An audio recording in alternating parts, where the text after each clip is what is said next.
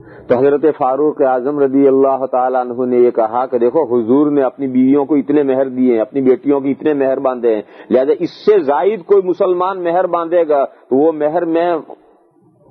بیت المال میں ضبط کر کے بیت المال میں داخل کر دوں گا۔ یہ وہ دور ہے جب اسلامی فتوحات ہوئی اور خوب پیسہ مسلمانوں کے پاس آیا، مال غنیمت آیا۔ تو جب مال غنیمت آتا ہے، پیسہ مسلمان کے پاس آتا ہے تو پھر ہر طرف آدمی فراغت کے ساتھ خرچ کرتا ہے، کھانے میں بھی، رہنے میں بھی، پہننے اوڑھنے میں بھی، بیویوں کے ٹھاٹھ میں بھی، مہر میں بھی، ہر طرف یہ خرچ کرتا ہے۔ تو یہ شروع ہوئی تھی۔ حضرت نے تقریر فرمائی، جمعہ کی نماز پڑھائی، جمعہ کی نماز پڑھا کر کے حضرت جب چلے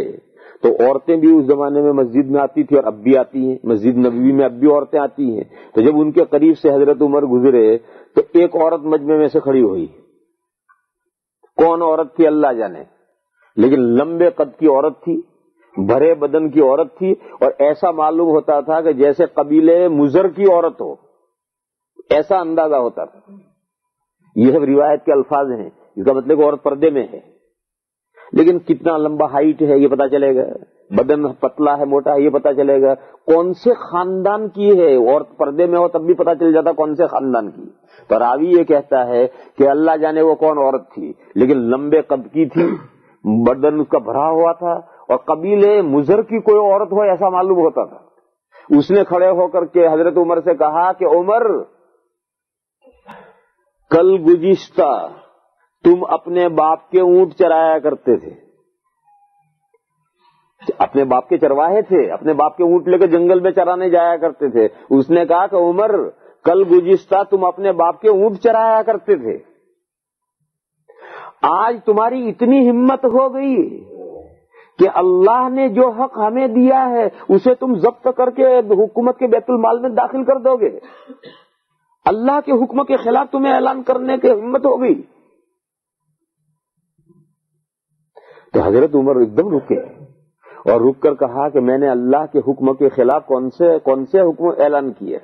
تو اس نے قرآن کی آیت پڑھی کہ اللہ پاک کا ارشاد ہے، وَإِنْ آتَيْتُمْ إِحْدَاهُنَّ قِنْطَارًا فَلَا تَأْخُذُوا مِنْهُنَّ شَيْئًا۔ اگر تم نے کسی وجہ سے عورتوں کو مہر میں ڈھیر سا مال دے رکھا ہو اور طلاق کی نوبت آ جائے تو طلاق کے بعد اس دیے ہوئے میں سے کچھ بھی مت لو۔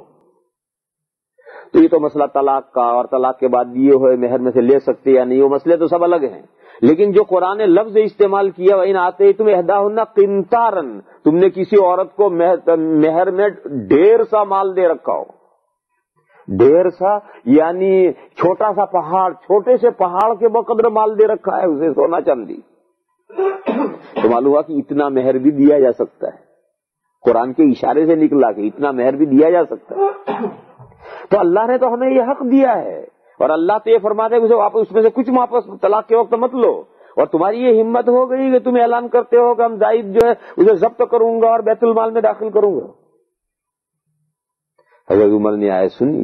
اور فوراً فرمایا کہ اصابت المرأة واخطأ الرجل،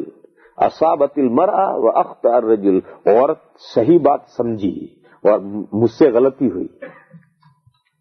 اور اعلان کیا بھائی سب آؤ، لوٹ کر آ جاؤ، سارا مجمع جو نمازی چلے گئے سب لوٹ کر آ کے مسجد بھر گئی، اور حضرت پھر ممبر پر تشریف لے گئے اور یہی جملہ کہا، اصابت المرأة واخطأ الرجل، عورت مسئلہ صحیح سمجھی اور مجھ سے مسئلہ سمجھنے میں غلطی ہو گئی، اور کہا کہ دیکھو مسئلہ یہ ہے کہ اگر کوئی کتنا بھی مہر باندھے گا اور عورت کو دے گا تو وہ دے سکتا ہے، مسئلہ یہی کہ دے سکتا ہے، میں ضبط نہیں کروں گا، لیکن پھر بھی بات وہی ہے جو میں نے پہلے کہی تھی کہ مہر کا بہت زیادہ ہونا یہ نہ عزت، دنیا میں عزت کی کوئی بات ہے نہ آخرت میں کوئی عزت کی بات ہے۔ اگر مکرمہ اور عزت کی بات ہوتی تو حضور کی بیٹیوں اور حضور کی صاحبزادیوں کا مہر اور حضور کی بیویوں کا مہر بہت بڑا بڑا ہونا چاہیے تھا، درحال ہے کہ حضور کا مہر اس سے زیادہ میرے علم میں نہیں ہے، لہذا جو مسنون مہر ہے اسی مہر پر رہو، اسے زیادہ مت باندھو، لیکن اگر کوئی بہت زیادہ اس سے باندھے گا تو میں اس مہر کو، زائد مہر کو ضبط کر کے بیت المال میں داخل نہیں کروں گا، وہ عورت کو دے گا تو دے گا۔ تو حضرت فاروق اعظم رضی اللہ تعالیٰ عنہ کا یہ مزاج تھا کہ سخت بھی بہت کتنا سخت قانون کہ زائد مہر باندھو گے میں ضبط کروں گا اور بیت المال میں داخل کروں گا، اور نرم اتنا کہ ایک عورت ٹوک دے تو فوراً بڑے مجمع میں، سارے مجمع میں اعتراف کہ عورت نے مسئلہ صحیح سمجھا، مجھ سے مسئلہ سمجھنے میں غلطی ہوگی۔ تو حضرت فاروق اعظم رضی اللہ تعالیٰ عنہ کا ایسا ہی مزاج تھا۔ تو اس نوجوان نے یہ کہا کہ میرے ابا صحیح کمپلینٹ لائے ہیں، میں ان کی بات نہیں مانتا۔ تو حضرت کو بہت حیرت ہوئی اور حضرت نے اسے کہا بیٹھ جاؤ، اور یہ کہا کہ میاں صاحبزادے کیوں نہیں مانتے اپنے ابا کی بات؟ تو اس لڑکے نے کہا کہ حضرت کیا باپ کی بات ماننا ضروری ہے؟ تو حضرت عمر نے کہا کہ جی ہاں، یہ باپ کا حق ہے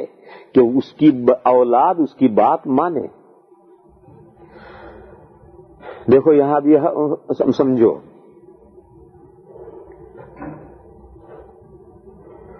تین حق ہیں: خدمت، اطاعت اور تعظیم۔ تعظیم اس میں باپ کا حق بڑا ہوا ہے، ماں کا اس میں کوئی حق نہیں، اور خدمت اس میں ماں کا حق بڑا ہوا ہے۔ خدمت باپ کی بھی کرنی ہے، ماں کی بھی کرنی ہے، لیکن ماں کا حق اس میں بڑا ہوا ہے، خدمت میں ماں کا حق بڑا ہوا ہے، اور تعظیم میں باپ کا حق بڑا ہوا ہے۔ اور فرمان برداری، کہنا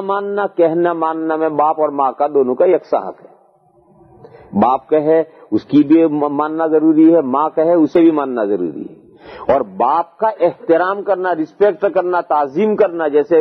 طالب علم استاد کا احترام کرتا ہے،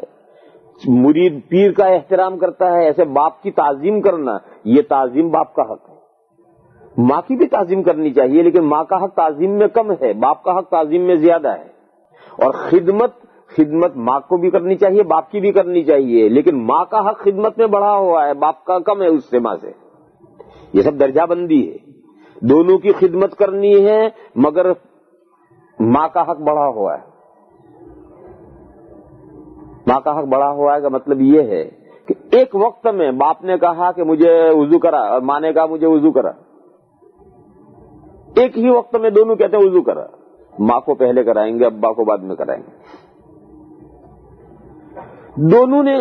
کوئی خدمت مانگی، اس نے کہا مجھے چائے پلا، اس نے کہا مجھے چائے پلا، تو یہ خدمت ہے، ماں کو پہلے پلائیں گے، ابا کو بعد میں پلائیں گے۔ اور تعظیم باپ کا حق پہلے ہے، ماں کا بعد میں ہے۔ اور کہنا ماننا، جب تعارض نہ ہو تو باپ نے جو کہے گا وہ بھی مانے گا بیٹا، اور ماں جو کہے گی اسے بھی مانے گا۔ تو یہ تین چیزیں الگ ہیں۔